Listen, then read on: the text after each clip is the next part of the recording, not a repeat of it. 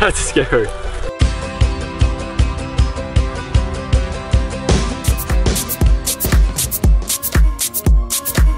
So, recently picked up the DJI Mavic Pro.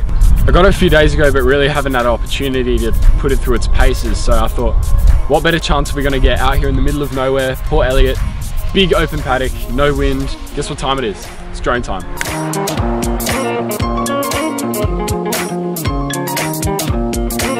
Okay, so we don't really have that much time. The sun's going down pretty quick. So I'm just gonna get straight into it.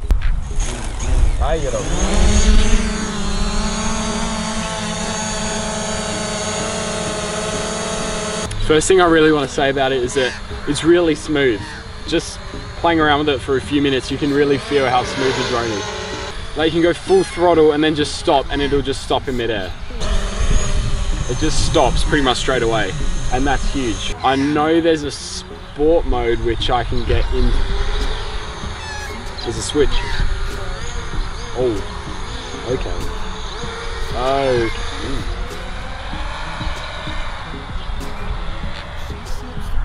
Damn. Supposedly it's meant to go 60k an hour in sport mode.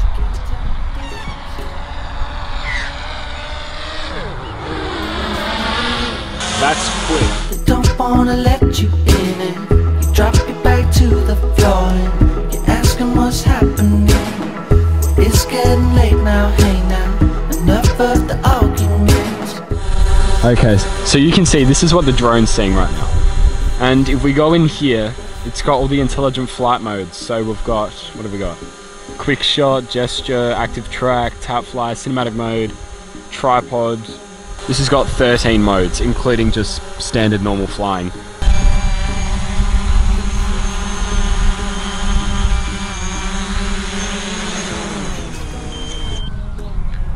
I knew with my old drone you could hand launch it, so we're gonna see if this one can hand launch. I think it can. There's a takeoff feature in here.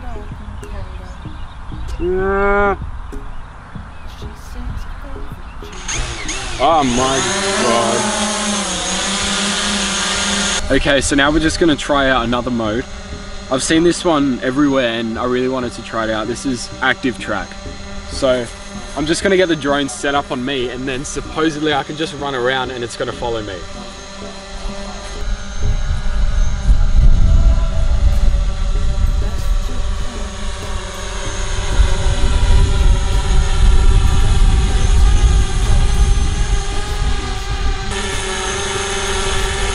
Like, apparently I can just put the controller down.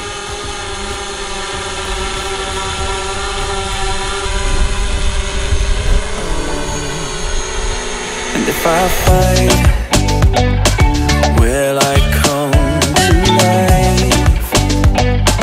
Calling for all your life, giving all my heart.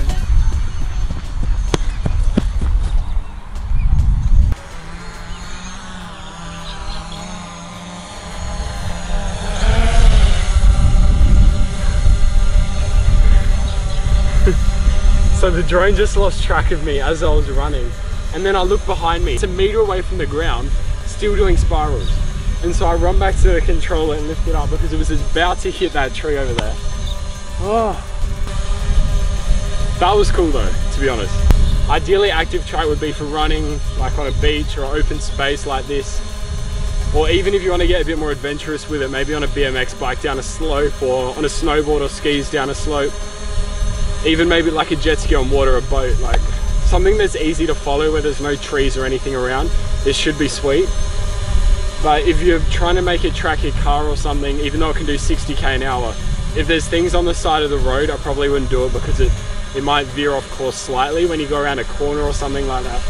I think the key to this mode is keeping it simple, but still having fun with it, because you can customize how close it is to you and how high it is, but it'll always stay tracked on you.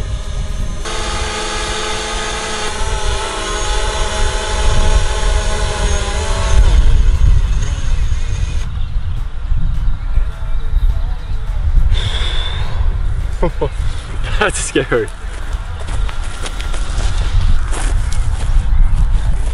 Okay, so I've messed around with a few more of the in-flight modes, and To be honest, I can't really find anything wrong with it so far. It's doing everything I'm asking of it. At times, the active track might just lose it a little bit. I've been messing around with the settings. I got it in D-Log, which is like a flatter profile. Just produces a flatter image and it's a bit whiter, so color grading in post is just a lot easier. The only thing that I could see being a negative is it lacks high frame rates at those bigger resolutions.